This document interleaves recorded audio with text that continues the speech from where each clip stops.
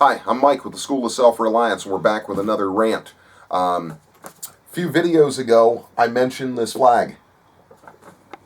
And I said that it was a distressed flag, and it is. And I said that the country that founded it was in as much distress as that flag. And that's absolutely true. Which brings us to our next subject, sheeple. I think we all know what I'm talking about. Most of the people who view this channel probably know what sheeple are. If this video becomes fairly popular, maybe some sheeple will watch it and then they won't have any idea what I'm talking about until I get to the main points, and maybe if they're smart enough they'll realize that it applies directly to them, although sheeple usually would just become offended and shut the video off before then.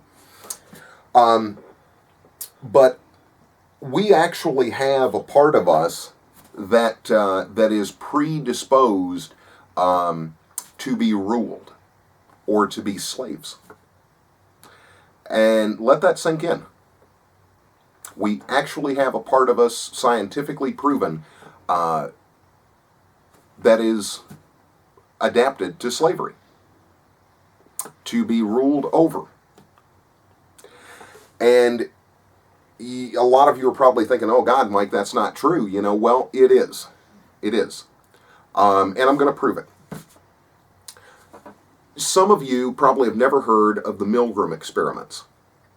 Okay, and I'm going to say that again, Milgram Experiments. And I'm going to have my wife put a little, bar in the bottom that spells that out. But anyway, Dr. Milgram, way back in the 1960s, did some experiments to see how people conduct themselves when presented with requests by authority figures. And I'm not going to bore you with all the details, but basically, people were ordered by a supposed authority figures to electrocute another human being. Even after that person protested and begged for the other person to stop, the authority figure continued to tell them that it was important, that you need to continue. And 72% of all the participants continued right up to the point with the electrocutions that they thought they had probably killed the other person. And all of them were told to do it by a man in a little white lab coat. We're predisposed to follow authority. We are predisposed in many conditions to have knee-jerk reactions that are emotional. And for a supposed safety, we immediately want something done, a knee-jerk reaction for our own safety, rather than truly sitting and reasoning out the problem. But that's how we're predisposed, or at least most of us are. It takes a long time to get past that, to where you don't think in those terms anymore. Most people are totally and completely comfortable with the idea of going to a government office and getting a driver's license, asking the government's permission. Most people are totally and completely fine with going to a government office and getting a voter registration card, asking the government's permission to vote. We're perfectly comfortable with going and asking the government's permission to get married, to get a marriage license, asking the government's permission on who we can marry. We're predisposed to go into a government office every year and re-register our plates, pay taxes on property that we already own, because we have a silent partner that we don't even think about that way. And we're predisposed that it's okay to go into to have a government background check done and ask permission to buy a gun. Have the government tell you whether it's okay.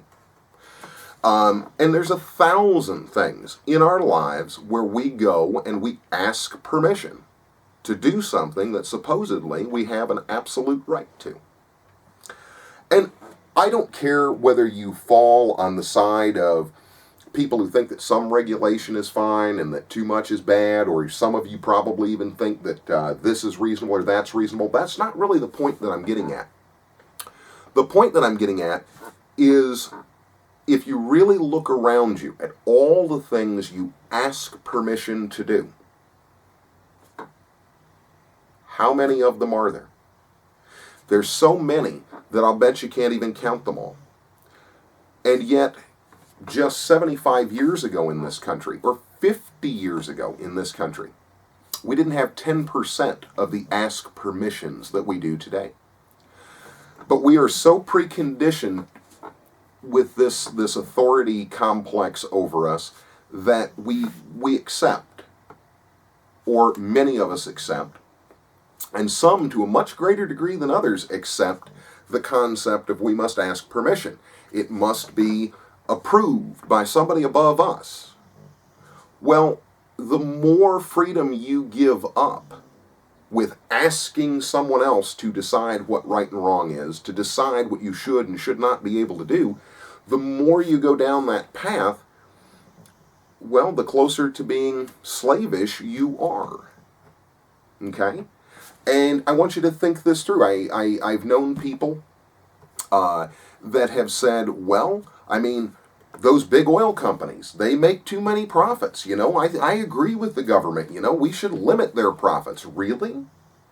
Should limit their profits? They put the money into the business. They conduct the business. They do the business. Therefore, they're not entitled to their profits. It's a very slavish mentality. When somebody says rich people, well, they should pay their fair share of taxes. Well, actually, they pay the highest percentage anyway. And I'm talking about the real rich. There's actually, in my world, two categories of rich people. There are rich people who got rich through hard work, through ingenuity, through endeavor, through risk-taking. And then there are the, like I like to call them, the classist rich, who got there through lies, manipulation, cheating, political favors, things like that. You know, your standard run-of-the-mill politician. You know, your standard run-of-the-mill, I used to be pretty rich, and then I got in bed with a shitbag politician, and I really got rich after that because I got laws passed to help me and screw someone else over. Those type of people. So whenever you think about the rich, you really have to put them in two categories. The ones who got there because they deserved it because of human ingenuity and endeavor, and those who got there through lying, cheating, stealing, backstabbing, things like that. And when I hear people say, well, those people, they don't deserve that money. They make too much. Why would you need that much? Well, the person who asked that question, why do they need that much? Or they don't understand the concept of freedom. They are truly slavish and servile in their mentality, whether they know it or not. Just to look at another person who has earned something and say that part of that you don't deserve, and we should, well, I'll support a political party or a movement or a law that will take those things from you. That's very servile. That is so slavish. It is aberrant to anything American or freedom-minded, at least in my world. It may not be in yours. I hope to God it is. But we have so many of these sheeple. And quite frankly, the people who went to the sports stadium during Hurricane Katrina, I can't remember the name of it off the top of my head, but they went there because the government said this is where you're supposed to go. Tens of thousands of people for a place that wasn't big enough to hold all of them, and any rational person would have thought that through before going there. And then, of course, once they got there, the government told them they couldn't leave. And people stayed. Even though there's only, several dozen police officers outside. Quite frankly, I thought we lived in a free country. You can leave any damn time that you want, emergency or no. But these people were so servile in their mentality that authority figures told them, no, you can't leave. I realize that there are people being raped in there and the toilets don't work and you have no food or water or anything like that, and you're actually worse off in there than you would have been on the street. But you have to stay for your own protection. And they, well, I don't like it, but I'm going back inside. That's equivalent to saying, yes, sir, boss, I'll be real good from now on. That's what it is. And, you know, every time that you think that you need to continuously ask permission for something, Really think it through. Is it reasonable that you're asking permission for something? Or is it something that somebody else thought up to make you ask permission when it really isn't reasonable? Really think it through. Is it reasonable or isn't it? And if it isn't reasonable, then we should probably get rid of it, because it has nothing to do with freedom. And it has everything to do with making you a sheeple. Everything to do with it. And I'm not a Democrat, and I'm not a Republican. I'm not even going to identify my political viewpoint to you. I think probably most people have figured it out, or they're pretty close. But I can never be a Republican because, well, I don't give a damn who you sleep with. And I don't give a damn if you get high. I can never be a Democrat because I don't want your guns. And I think the money you have in your pocket was yours because you earned it. And I don't think I have any right to it. So I can never join any of those political parties. Both of them are statist in their approach and their mentalities. And anything statist is controlling. We all have these ideas in our head about what freedom is. And I think most people have forgotten altogether. They've forgotten exactly what it is. And every day that you allow those things to go past, asking for permission, being told what to do, for God's sake, we have criminalized the collection of rainwater. We have criminalized the collection of rainwater in many places to be used as a source of water. And somehow people accept this. Well, the law says it's that way, so I don't agree with it, but it has to be. No, it doesn't have to be. And certainly doesn't mean that the law is right. And to go along with those types of things without an act of civil disobedience, without actually going out there and changing these things, is slavish. It is sheeple. In Michigan, there are some dairy farmers who were selling unpasteurized milk to people who wanted to buy unpasteurized milk, who understood clearly that they were purchasing unpasteurized milk. There was no deception. There was a verbal contract between the purchaser and the seller where everyone was fully informed. Now, these dairy farmers were raided by the police and Food and Drug Administration authorities with a SWAT team and taken down at gunpoint. Multiple men, dozens of men in SWAT gear with machine guns. And there wasn't a mass uprising. Nobody went out and said, my God, you've went too far. Well, it is too far. It's far too far. And the people who did it should damn well know that it was way too far. Those are the very people that are sheeple in their nature. The people who performed the raid are slavish. Anyone who could think that pointing a machine gun at a 50-year-old woman and a 60-year-old man over milk, not cocaine, we'll get back to the drug subject later, not cocaine, not an atom bomb, not a chainsaw that they just killed somebody with, milk, a quart of milk. Pointing machine guns at another human being over a quart of milk and a $5 transaction is justified. If you believe that, if you can get that through your head to where you can execute a raid like that, you are a sheeple. You are nothing more. Period. If asked to do something like that, if you're not a sheeple, you would have to refuse. Any free-minded, free-thinking, rational human being would refuse. And if we can't see that over something as silly as milk, then we are really, really sheeple. And my daddy told me something years and years ago. Silence is condonement. Inaction is guilt. And what he meant by that was this: when you see something going on that's wrong and you know that it's wrong and you don't say anything about it, you've condoned the act, as you've given it your own personal sanction, your stamp of approval. And that's sheeple by nature. When you see something that you know is horribly wrong and you don't take action to stop it, that's what sheeple do. It's in their nature. They're out there, they're around every corner, and unfortunately it's like an infectious disease. We all seem to be becoming infected with it. And it really is a cancer, and it kills the human spirit and the human soul. It kills the concept of freedom and replaces it with something else that, in the end, throughout history, has usually ended horribly, with a horrible cost in human life, usually to get rid of it. If we look back at Sheeple Societies throughout history, well,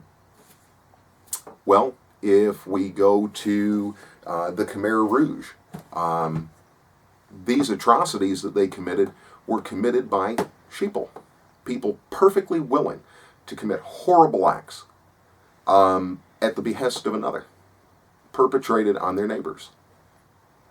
That is a sheeple. And even though you may come across non-violent sheeple right now, that doesn't really mean anything. Throughout history, many non-violent sheeple have become violent later. Hell, they become the enforcement goons that carry out very violent policies later. We can look at the Khmer Rouge, we can look at Pol Pot, we can look at Maoist China, we can look at Stalin's Russia, we can look at Hitler, and these acts weren't committed by monsters. They weren't. They were committed by normal people who did monstrous things. Sheeple, who followed orders, sheeple, who followed a doctrine of servile follower mentality. Granted, they thought they were doing something for the greater good or for their own personal gain or whatever. It's still servile by nature. And history is full of examples of what happens when the sheeple goes so far down a road and then it gets out of control and they do monstrous things.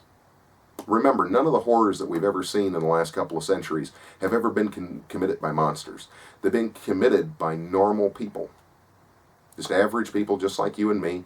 Cop on the street, the teacher down the road, the professor at the college. If you go to China, many of the revolutionary fighters there that fought with Mao to overthrow the government, college professors, teachers, farmers, people who had been seduced into fighting for a system that would enslave them. Can you think of a more hideous concept? That you would fight and kill others, die for a system that would enslave you. How more sheeple could you get than that? Fighting to forge your own chains. Think about that, because it's happened. It's happened thousands of times throughout human history, thousands of times. And that's a horrible concept, but it's out there. It really is. And to say, oh, well, that could never happen here. We don't have that. Look around you.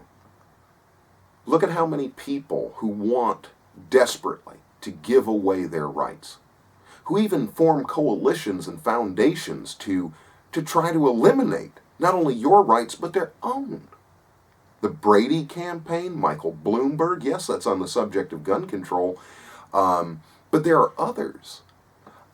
You have different organizations like the Southern Poverty Law Center that try to limit freedom of speech. They get legislation passed. They argue every case that you could think of that would limit your freedom of speech, and by doing so, limit their own. They also argue civil rights cases that some, yes, may have some great merit, but they have hideous consequences. They limit the freedom of expression of others. So, by nature, they're limiting their own freedom of expression. And then you go further down that road, and you have groups like the ACLU. They will limit your religious freedom, and by doing so, limit their own. Forging links in a chain, progressively down a road till you get to the hill, and then you slide down it to this bottomless pit. And it's a creeping menace. It's like a cancer that builds over time. And so if you think that it couldn't happen here, well, you're wrong. You're dead wrong. And quite frankly, there's lots and lots of your neighbors that would be perfectly happy to do whatever they had to to limit your rights because they think it benefits them, because it makes them feel safer.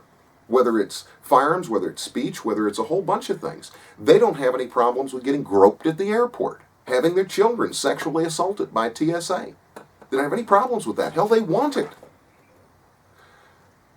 If any person on earth came up to you, frisked your child's buttocks and groin, or crotch area, they would be charged with sexual assault. But when you go to the airport, it's perfectly fine. If you're feeling lonely and you just want some human contact, go on down to the airport and take a flight with TSA. Believe me, if you're lonesome tonight, they'll be happy to fondle you. And, but that's true. I mean, you can't hardly have an encounter with a police officer anymore where his hands don't explore you. And these are all little losses in human freedom. And we, as people going along with them, there are people out there who fight for these things. And we just need to be careful of where we're going with that type of stuff, because it can lead to a hideous, hideous outcome. One of the last times that we had something like that get out of hand was Nazi Germany. And a horrible, perverse form of government came up. And it had to be extinguished at an awful price. So think about that, and it's not the only one. Think about, Stalin's Russia. It's rarely, if ever, talked about. 60 million of his own people. Some people say 32, some say 38, some say as many as 60. Policies that murdered people by the million, by the tens of millions. And that one died, well, it eviscerated itself. But not until it had cost a horrible price in blood and treasure to most of the world. So think about that. Keep it fresh in your mind, because it's a very real thing.